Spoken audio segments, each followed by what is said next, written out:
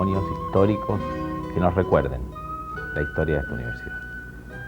En esta oportunidad, alguien muy de casa, alguien que está muy vinculado a nuestro quehacer precisamente relacionado con comunicaciones, con extensión, con difusión. Ex vicerrector de Extensión y Comunicaciones, creador de los talleres culturales de esta universidad cuando se llamaba Universidad Técnica del Estado, impulsador de la Cinemateca, lugar donde nos encontramos en este momento, autor de distintos y diferentes artículos sobre extensión y comunicaciones universitarias. En este momento, profesor del Departamento de Sociología de la Universidad de Chile. Vamos a conversar en esta oportunidad con el profesor Roberto Escobar Bech. Y lo primero que tendríamos que preguntarle sus recuerdos, sus testimonios de la época en que él fue vicerrector de Extensión y Comunicaciones entre los años 1975 y 1979. ¿Cómo partió sus incursiones en el campo de dinamizar la extensión y las comunicaciones en nuestra universidad exactamente en esos momentos? En 1974 yo fui director de extensión en la Universidad de Chile durante un periodo transitorio y posteriormente vine a la Universidad Técnica del Estado, a la entonces Facultad de Estudios Generales, con un cargo de profesor de tiempo completo. Y la verdad que fui sorprendido algunos meses después, cuando el rector, el coronel Eugenio Reyes, lamentablemente hoy fallecido, me pidió que aceptara la vicerrectoría de Extensión y Comunicación. Fue para mí un desafío que yo no podía eludir, porque yo creo que la Universidad Técnica del Estado y todas las universidades chilenas requieren tener una imagen pública que refleje lo que son por dentro. Y en ese momento creo yo que la universidad era mucho más grande y mucho más importante y tenía muchas más cosas culturales que decir que lo que generalmente se creía. Se pensaba que por haber sido la Escuela de Artes y Oficios antes era un lugar dedicado a la mecánica y a ciertas otras cosas ingenieriles, pero que no habría ninguna preocupación por el hombre como tal. De modo que, un poco metiéndome en un pantano desconocido, me incorporé a la vicerrectoría y con la ayuda de todas las personas que en ese momento estaban allí, logramos desarrollar a lo largo de 5 años un trabajo en el cual yo creo que la Universidad Técnica efectivamente logró una imagen de lo que era verdaderamente una universidad nacional, grande y con muchos deseos de crecer. ¿Proyectiva la veía usted hacia el exterior en su comunicación o encerrada en sus...? No, en primer lugar, la universidad manejaba en ese momento una red de radios que significaban una radio AM y FM en Santiago y 9 radios en distintas ciudades de Chile. Que correspondían a las sedes regionales. Correspondían a las sedes regionales y era en consecuencia la cadena radial más extendida de Chile en ese momento y de mayor eficacia, a mi manera de ver, que lo que habría sido un modesto canal de televisión santiaguino. Pero usted, perdón, ¿Sí? pero usted le dio una gran fuerza a todo lo cultural y artístico, ¿no es cierto? ¿Cómo no? Y usted ha visto que esa proyección que dejaron ustedes ha seguido en aumento, se ha mantenido, se ha desvanecido. ¿Cómo lo ve? Bueno, en primer lugar, el rector me encargó, cuando me nombró vicerrector, el desarrollar el nivel cultural y de la enseñanza de la cultura a los alumnos de la universidad en general.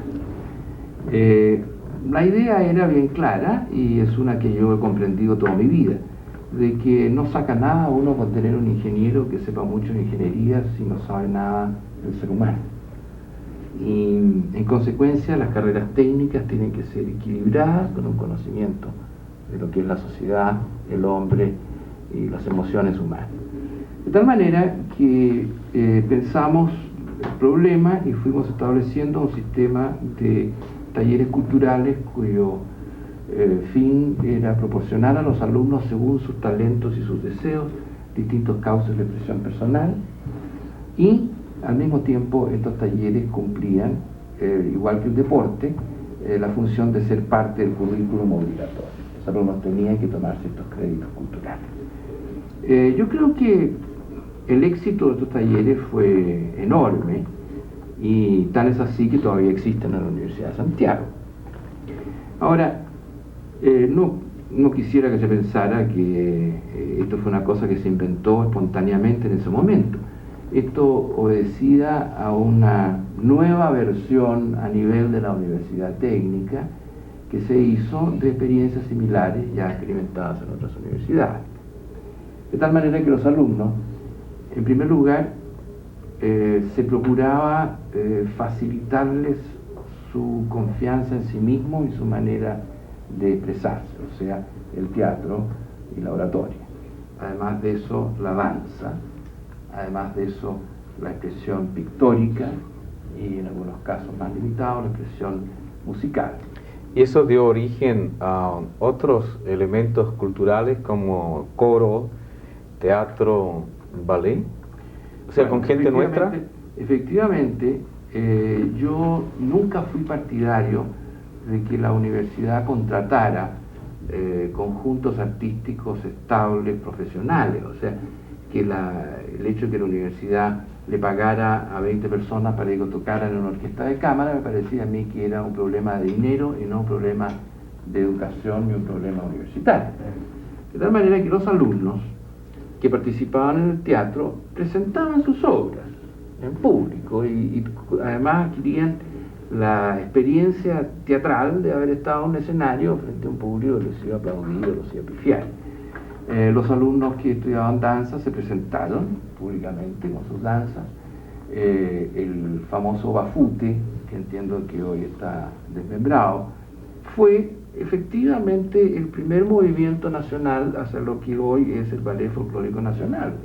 Exacto. Que es un hijo muy legítimo del bafute de nuestros tiempos.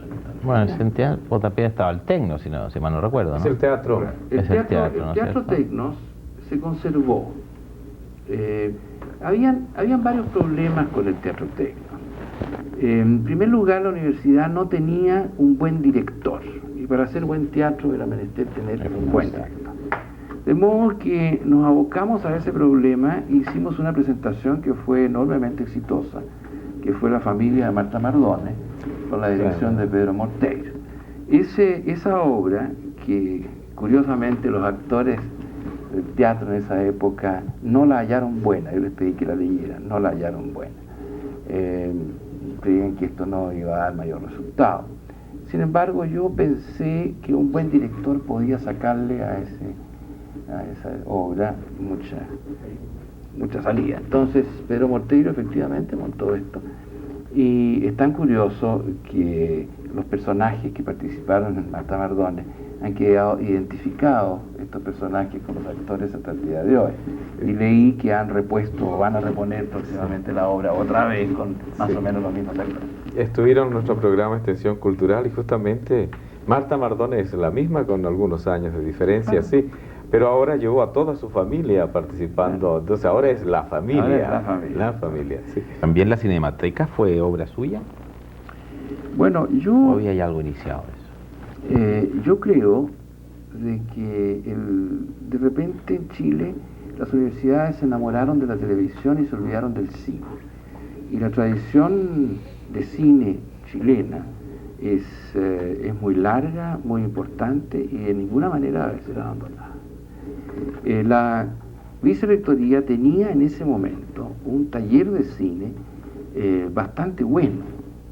Tenía un laboratorio de cine, tenía los elementos para editar cintas, para sonorizar cintas, en fin. O sea, había la posibilidad de llevar a cabo un trabajo de cine. Lamentablemente nunca tuvimos los fondos para darle a este centro de cine creativo la importancia, pero de todas maneras yo consideré que era necesario recolectar lo que ya se tenía, adquirir materiales fuera de la universidad, ir enriqueciendo la cinemateca y tener entonces un lugar que es este en el cual nosotros nos encontramos en este momento. Dentro de esta larga experiencia que ha tenido usted, profesor Escobar, evidentemente que tiene que haber momentos gratos, momentos ingratos, buenos recuerdos, malos recuerdos. Como estamos haciendo una síntesis un poco de su paso por la universidad tan fructífero que fue, queremos que nos relate eso, para dejarlo también como testimonio histórico. Sí, es verdad. Mire, tal vez para mí lo más duro durante esos años fue el principio, porque la vicerrectoría estaba configurada de una manera muy inorgánica. Habían muchas personas que no tenían nada que hacer ahí y fue necesario hacer una selección de las personas, fue necesario terminar el trabajo de muchos de ellos. Y este principio fue para mí muy duro y muy cuesta arriba. Pero poco a poco, a medida que se fue configurando un equipo de trabajo y nos empezamos a tener más confianza unos a otros y empezamos a respetarnos las ideas, empezaron a surgir las iniciativas, pudimos llegar a momentos tremendamente satisfactorios para mí. El día que pudimos nosotros echar a andar y mantener, mientras yo fui vicerrector, un diario, se llamaba UT al día, era una hoja así, impresa por los dos lados, que tenía la noticia de lo que ocurría al interior de la universidad, y esto salía puntualmente todos los días a las 10 de la mañana. Mientras yo fui vicerrector no dejó de salir nunca. Y esto no es gracia mía, digamos. Gracia mía es que yo cateteaba a la gente, los perseguía, los amenazaba, entonces finalmente hacían las cosas, pero efectivamente las hacían y salían todos los días, ¿cierto? Eso, a pesar de que probablemente quienes lo recibían consideraban que era una cosa natural y fácil, fue el resultado de un esfuerzo muy grande, de una disciplina interna propia de un periódico, digamos, de poder hacer. Bueno, ese hijo suyo aún vive, para que usted sepa. Sale exactamente todos los días menos sábado y domingo. Me alegro mucho. No hay duda, ha sido un testimonio valiosísimo el de don Roberto Escobar, licenciado en Filosofía y Educación, sociólogo y musicólogo. Ha escrito numerosos libros, muchos ensayos, muchas publicaciones a su haber, y por lo tanto ha sido actor y creador desde créditos culturales hasta los USACH al día de hoy. Gracias.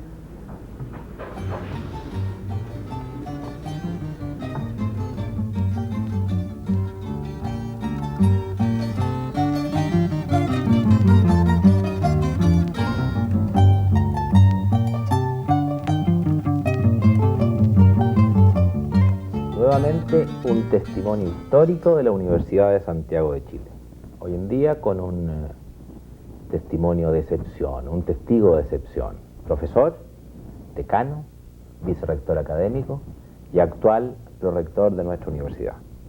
Estamos ante la presencia de don Ramón Hernández Pavés, ingeniero industrial, conocedor desde hace muchos años de nuestra alma mater, y con él conversaremos con el profesor Yure en esta tarde. Señor Hernández Pavés, su paso por la universidad primero fue en Concepción. Así es. Ahí empezaron sus estudios superiores. ¿En qué condiciones fueron estos estudios superiores? Esto era una sede de la Universidad Técnica del Estado en esos momentos. Bueno, efectivamente, yo diría que estoy un poco antes, digamos, de la universidad, porque nazco en la Escuela Industrial de Concepción, desde lo que era enseñanza media, lo que se llama el técnico profesional posterior, simplemente para nosotros el grado de oficio, ¿no? Esto fue en el año 1951. Después de 4 años, ¿cierto?, culminé como maestro especializado en esta escuela industrial, que conjuntamente tenía una escuela de técnicos, ¿cierto?, igual que la Escuela de Arte y Oficio de Santiago. Posteriormente ingresé a este grado de técnico, que era ya el grado efectivamente de nivel universitario a esa época, un primer nivel en ingeniería, que culminaba posteriormente con un nivel de los últimos 3 años de ingeniería propiamente tal en Santiago, en la Escuela de Ingenieros Industriales. Eso significa 3 instancias de estudio en una misma institución. Efectivamente, 3 instancias, digamos, nacido, como digo yo, y vivido en la universidad. Porque después existe la 4ª instancia, y quizás la más importante en términos de desarrollo personal, que fue quedarme trabajando en la universidad. Sí, muy pocos lo pueden hacer, la 4ª instancia, pero en esas condiciones usted antes fue a Europa, tengo entendido, o a Estados Unidos, Canadá, o a América. Dentro de mi vida en la universidad, digamos como funcionario que nace el año 1961, ¿ya? Termino mis estudios y me integro de inmediato el año 62 como ayudante de laboratorio.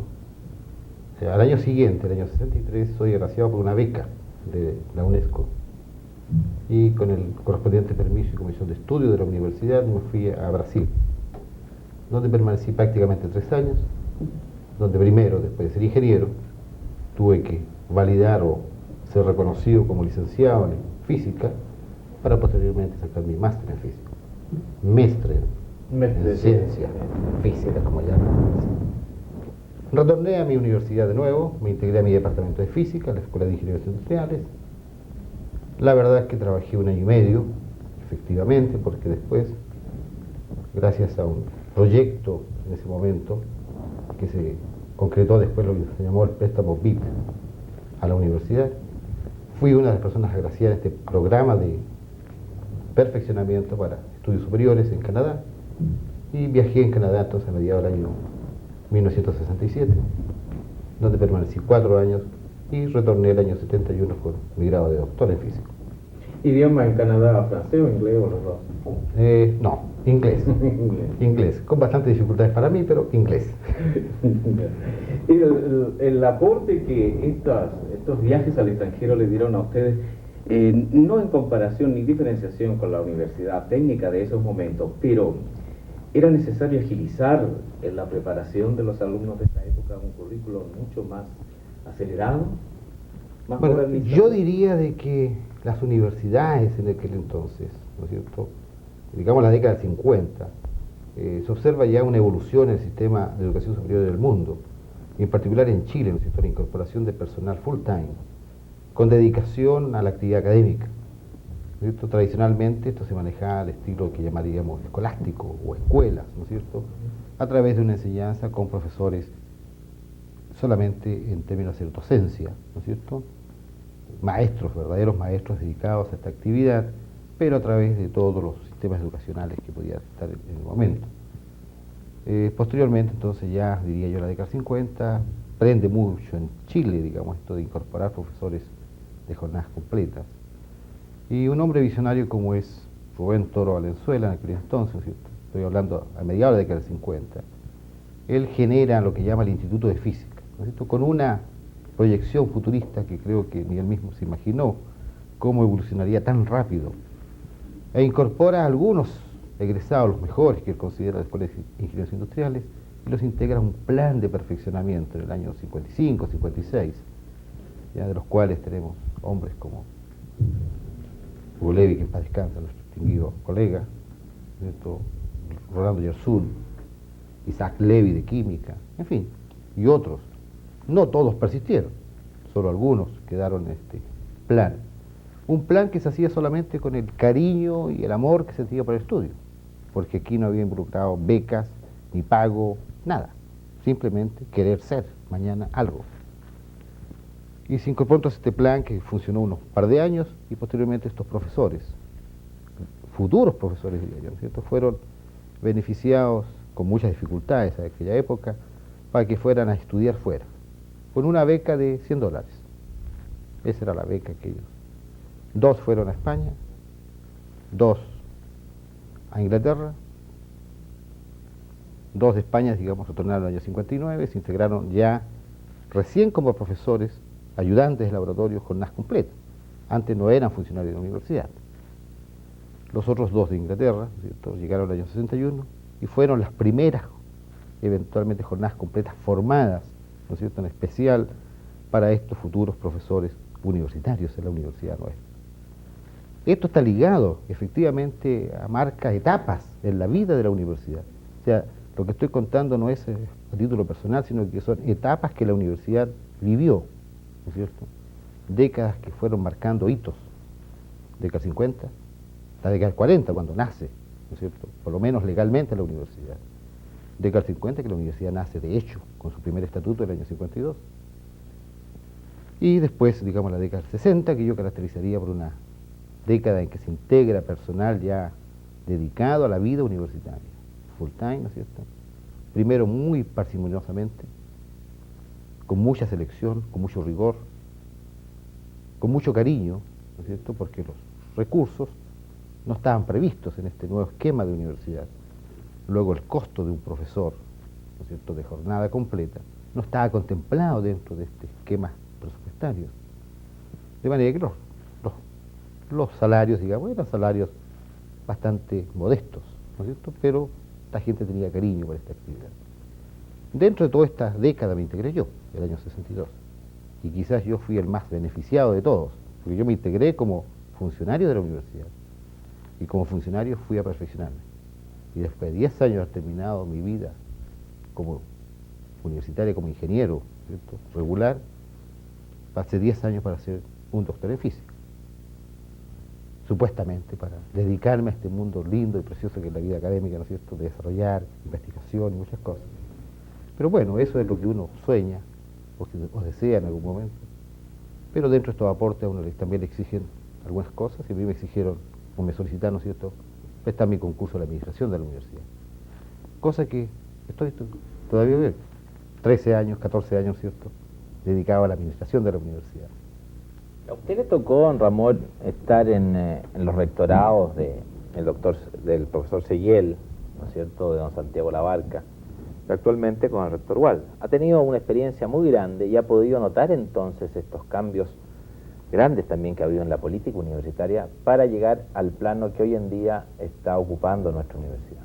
¿Cómo fueron esos cambios y cómo se fue estructurando en una forma distinta, por supuesto, en cada época, esta universidad para ocupar el sitial que hoy día le corresponde? Usted tocó vivir esa época, entonces podríamos hacer un pequeño resumen. Bueno, yo resumía antes como décadas, ¿no es cierto?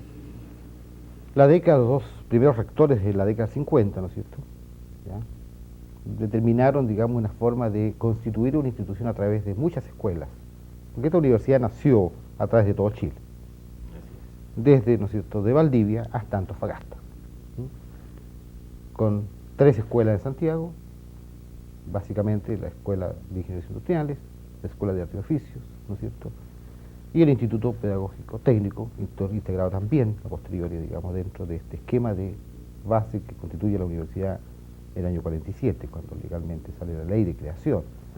Después se integra con posteriori otra escuela, la Escuela Vespertina de Topografía y Construcción Civil, que se llamaba, a posteriori.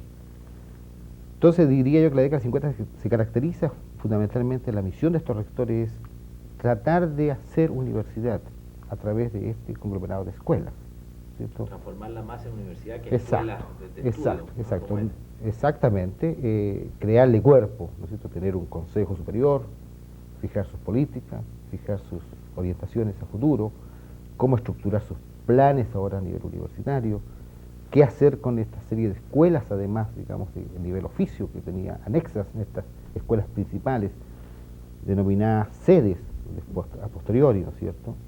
La Escuela Industrial de Concepción tenía una escuela de artes y oficios, o una escuela de grado de oficios, y así la tenían todas las sedes, Antofagasta, Copiapó, La Serena, ¿no es cierto?, y por el sur, por supuesto, Temuco y Valdivia. O sea, todas tenían una escuela de artes y oficios en el fondo. Y esa no era estrictamente universitaria, de manera que estaba previsto que en el tiempo esto sería a cargo del Ministerio de Educación, pero en la oportunidad que el Ministerio tuviese los recursos y tuviese la infraestructura para absorber, digamos, esta área. Tal como señalaba, después viene el rectorado, ¿no es cierto?, de don Santiago Labarca, con lo cual nace esta sede universitaria en la Quinta Normal. Se construye en aquella época, ¿no es cierto?, con un alto sacrificio de muchos, ¿no es cierto?, en términos que hubo que los presupuestos ser minimizados en el manejo para efectos y optimizados para efectos de construir economías que permitieran hacer esta actual sede en Quinta Normal, junto a la Escuela de Arte. Pero también se potenció en ese instante, ¿no es cierto?, lo que hoy día constituye esta universidad, reconocida como tal. Porque si bien es cierto, éramos una universidad en el papel, digámoslo así, no nos conocían como universidad. Y quizás tampoco nos reconocían, o no nos querían reconocer. ¿No es cierto? O sea, nacimos con el Habrían conflicto. intereses creados también en que esto no fuese una universidad. Obviamente, ¿cierto? la Escuela de Ingenieros Industriales, ¿no sé? Recordemos que en su creación en el año 41 ya tuvo la oposición cerrada, lo que era el Instituto de Ingenieros, el Colegio de Ingenieros hoy día, ¿no es cierto?, en que prácticamente los ingenieros que participaran en esta Escuela de Ingenieros Industriales serían excluidos, ¿no es cierto?, como miembros de esta sociedad. Entonces, digamos, la universidad se enfrentó y ha estado en permanentes desafíos, y gracias a eso creo que se ha fortalecido en el tiempo. Desafíos que tuvo que enfrentar, egresados, ¿no es cierto?, que hoy día eran universitarios, y no se les quería reconocer como universitarios, ¿no es cierto? Bueno, las descalificaciones son las formas más simples, ¿no es cierto?, de estar en contra. Sufrimos las descalificaciones, yo fui de aquellas épocas que sufríamos descalificaciones, desprecio quizás a nuestro nombre de universidad, en fin, todas esas cosas, pero eso nos hizo quizás más fuertes. La parte más dura fue en tiempo de la Universidad Técnica del Estado, ¿no?, cuando así se llamaba esta universidad. Efectivamente. De manera que diría yo que esta universidad empezó a trabajar ya con Santiago Labarca, ¿no es cierto?, de una manera ya proyectándose en un futuro, ¿no es cierto?, que no se podía prever corto o largo para ser reconocida como institución de educación superior consolidada. El doctorado de Horacio Aravena, un hombre con gran cultura, ¿no es cierto?, un hombre con mucha visión, con mucho sentido de lo que la universidad debía ser, preocupado, ¿no es cierto?, de que todo marchara al unísono, digamos, no se quedaran escuelas atrás, no fueran unos más que otros, sino que todos marcharan a un nivel y ojalá al mejor nivel de lo que se esperaba. Dentro de eso jugaba, por supuesto, un rol muy importante la Escuela de Ingenieros Industriales, que era prácticamente el nivel superior de toda la enseñanza que en ese momento existía en la universidad. Ya nos encontramos en la década 60, justamente el año 61, ¿no es cierto?, las escuelas de ingenieros industriales, esta de estudio técnico, ¿no es cierto?, se radicaron aquí en este campus que hoy día tenemos. Y ahí nace una nueva vida, una nueva forma, ¿no es cierto?, de convivencia. El espacio es más amplio, ya no está solamente dentro de un edificio, y por lo tanto la relación es distinta. Cosas tan simples como lo siguiente: nosotros, alumnos de ingeniería en su época, y profesores después en ingeniería, no estábamos acostumbrados a ver damas como estudiantes, ¿no es cierto?, y nos aparece entonces un pedagógico técnico al lado nuestro con muchas mujeres, ¿ya? Bueno, eso hace una manera distinta de ver también el estudio. Se fueron haciendo universales, no solamente en los estudios, sino también en el sexo, había hombres y mujeres, ¿no? Sí, bueno, después ya ingresaron efectivamente alumnas, ¿no es cierto?, como tales, ¿no es cierto?, a los niveles de ingeniería civil o ingeniería industrial, que se llama en ese momento, diferentes especialidades. Bueno, diría yo, después vino la década del 70, específicamente a partir del año 73, en que yo diría que la universidad ya consolida, ¿no es cierto?, con el rectorado de Eugenio Reyes, una manera muy especial, digamos, de proyectarse a la universidad y ser reconocida. Yo diría que lo más valioso quizás hasta el momento, podríamos decir, la década del 70, en términos del reconocimiento como universidad. Y ahí ya sufrimos efectivamente, ¿no es cierto?, también la incomprensión de nuestro nombre, porque cuando la universidad nace, ¿no es cierto?, en la década del 50, Universidad Técnica tenía una cierta connotación reconocida universal. Pero no fuimos conocidos como universidad ni en la década del 50 ni en la década del 60, sino vinimos a ser conocidos en la década del 70. Y en la década del 70, por supuesto, universidades técnicas tenían otra connotación, ¿ya? Entonces, la comunicación hacia el exterior, especialmente, empezamos a nacer hacia la vida extra Chile, digamos, ¿cierto? Empezamos a sentir, ¿no es cierto?, eso, ¿qué son ustedes?, ¿no? Entonces, es muy ingrato, digamos, ¿no es cierto?, que uno cree que es universidad conocida o tiene ciertas características, ¿no es cierto?, y le preguntan, oiga, por favor dígame quién es usted, qué hace, ¿qué función cumple? Entonces empieza a ser ingrato, ¿no es cierto?, un nombre que era nuestro, nuestra universidad. Y tan querido por ustedes, porque habían nacido en Exactamente. ella, ¿no? Y de haber después, ¿no es cierto?, haber sido solamente conocido después, más de 20 años de haber nacido como tal, ¿no es cierto?, y tener otra connotación, el nombre de Universidad Técnica. La Constitución Técnica tenía otra connotación la década del 70 que la década del 50. Lo que nosotros nos asemejábamos a la década del 70 eran los que se conocían en ese momento las universidades científicas tecnológicas, pero técnicas tenían otra connotación. Como de instituto, ¿no es cierto? Exacto. Sin mirar en menos los institutos. Efectivo, pero, sí, pero una connotación grado distinta. inferior, Si aquí claro. no era que fuese más o menos, sino que era la incomodidad, ¿no es cierto?, de empezar a explicar qué éramos. ¿no es cierto? Ya complica mucho eso, empezar a Claro. explicar lo que es, ¿no es Por cierto? favor, El asunto de identidad, ¿no? de identidad, ¿no es cierto? Imagen. Y yo diría que después entonces, a posteriori, la década del 80, ¿no es cierto?, ya diría que esta década nuestra, esta década actual, tiene que ser de consolidación de la universidad. Con razón, muchos amigos, aquel entonces, la década del 50, perdón, la década del 70, decíamos, señores, si nosotros logramos mantener lo que estamos haciendo, que creemos lo estamos haciendo bien, basta que lo mantengamos 10 años y vamos a constituir tradición. ¿Ya? Y estoy convencido que es así. Si uno logra mantener cosas bien reestructuradas, bien hechas, 10 años constituye tradición. No basta hacer cosas bonitas hoy, si no somos capaces de seguirlas, ¿no es cierto?, y proyectarlas mañana. Ir creando raíces al mismo tiempo. Exacto. Y recordando el pasado como lo estamos haciendo en esta oportunidad.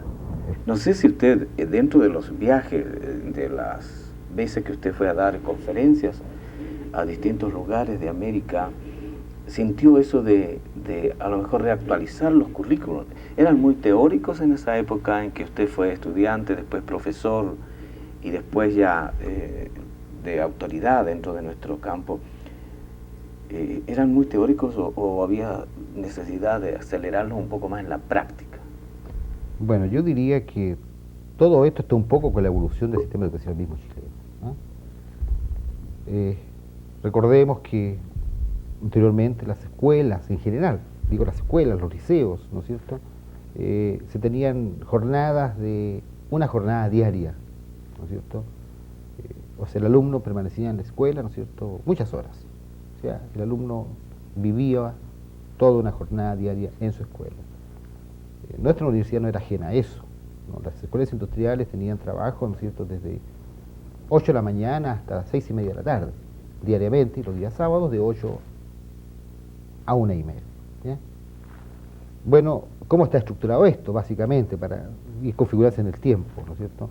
Todas las mañanas era clases teóricas, lo que podemos llamar hoy día clase de teoría, ¿no es cierto?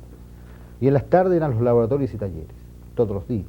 De manera que la enseñanza, ¿no es cierto?, además de tener un contenido teórico bastante fuerte, tenía una connotación de orden práctico muy fuerte. Entonces, era personas que sabíamos trabajar, hacer cosas con nuestras manos. O sea, aquí que no le gustaba ensuciarse las manos no sirve para esto. Eran personas que tenían que ensuciarse las manos. Bueno, y los que estábamos allí nos gustaba eso y por tanto gozábamos, ¿no es cierto? O sea, no era un sacrificio, todo lo contrario, era un goce, ¿no es cierto?, trabajar.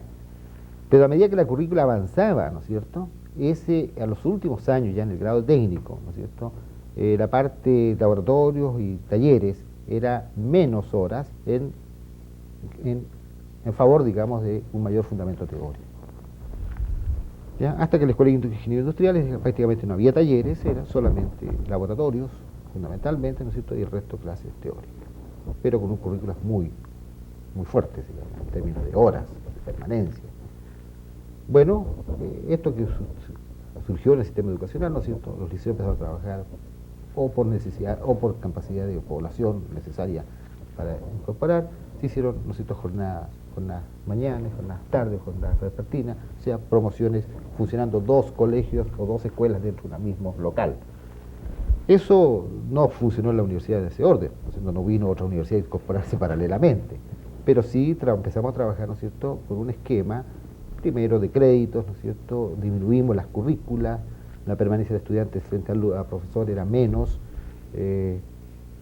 quizás se perdió algo que yo quisiera que todavía lo tenemos, pero que no quisiera que se perdiese, porque esa es como nuestra identidad, es que nuestro alumno, nuestro profesional debe ser un hombre que sabe hacer cosas, no tiene temor a ensuciarse las manos. ¿Ya? Bastante técnica.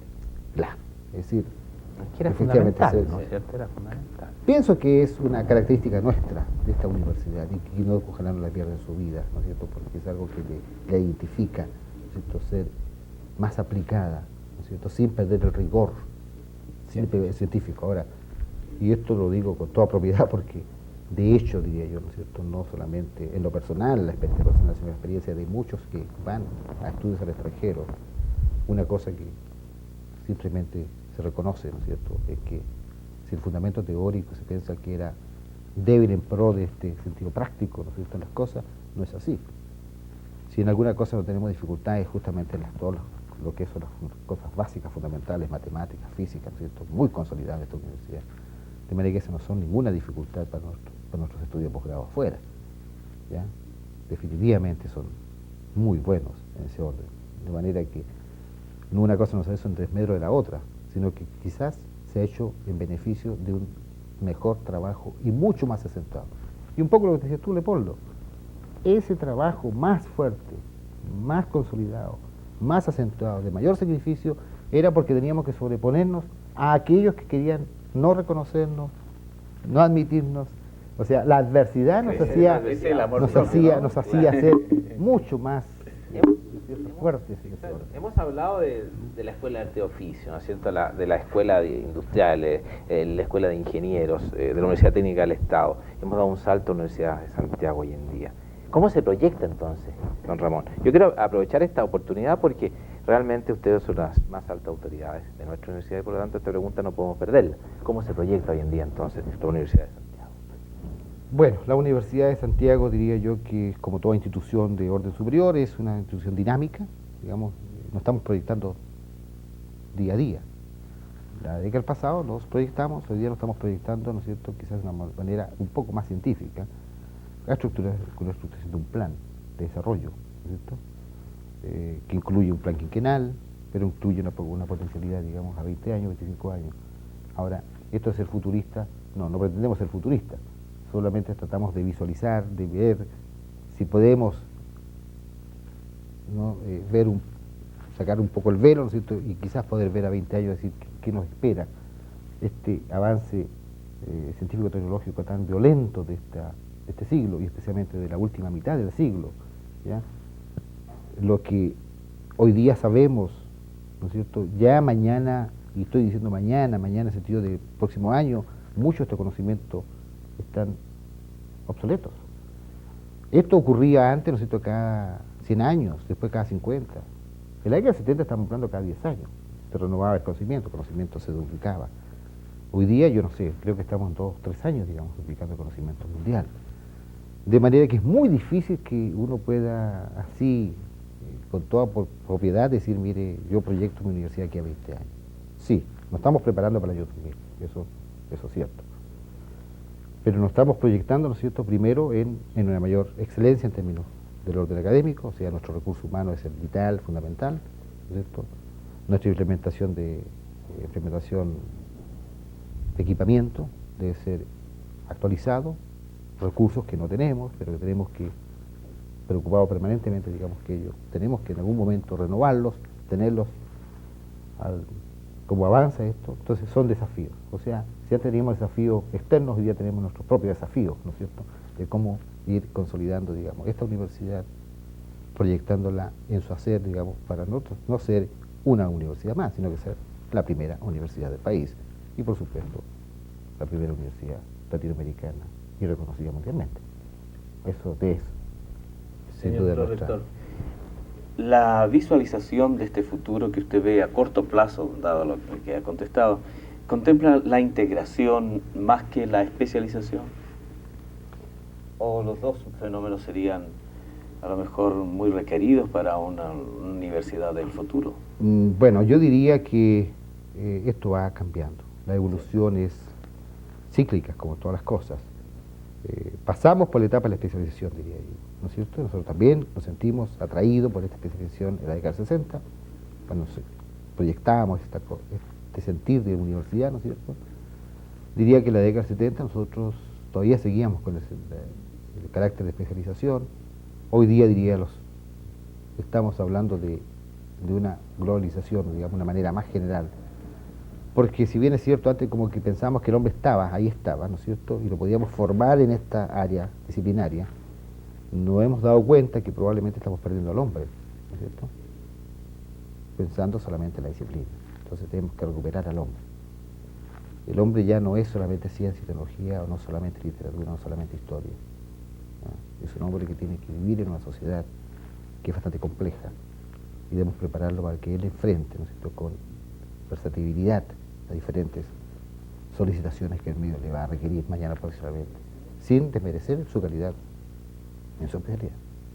Ha sido muy gratificante escuchar las palabras del rector y ver cómo nuestra universidad, con nuestra casa de estudios superiores, se ha ido abriendo campo y en este momento está dentro de las primeras universidades del país.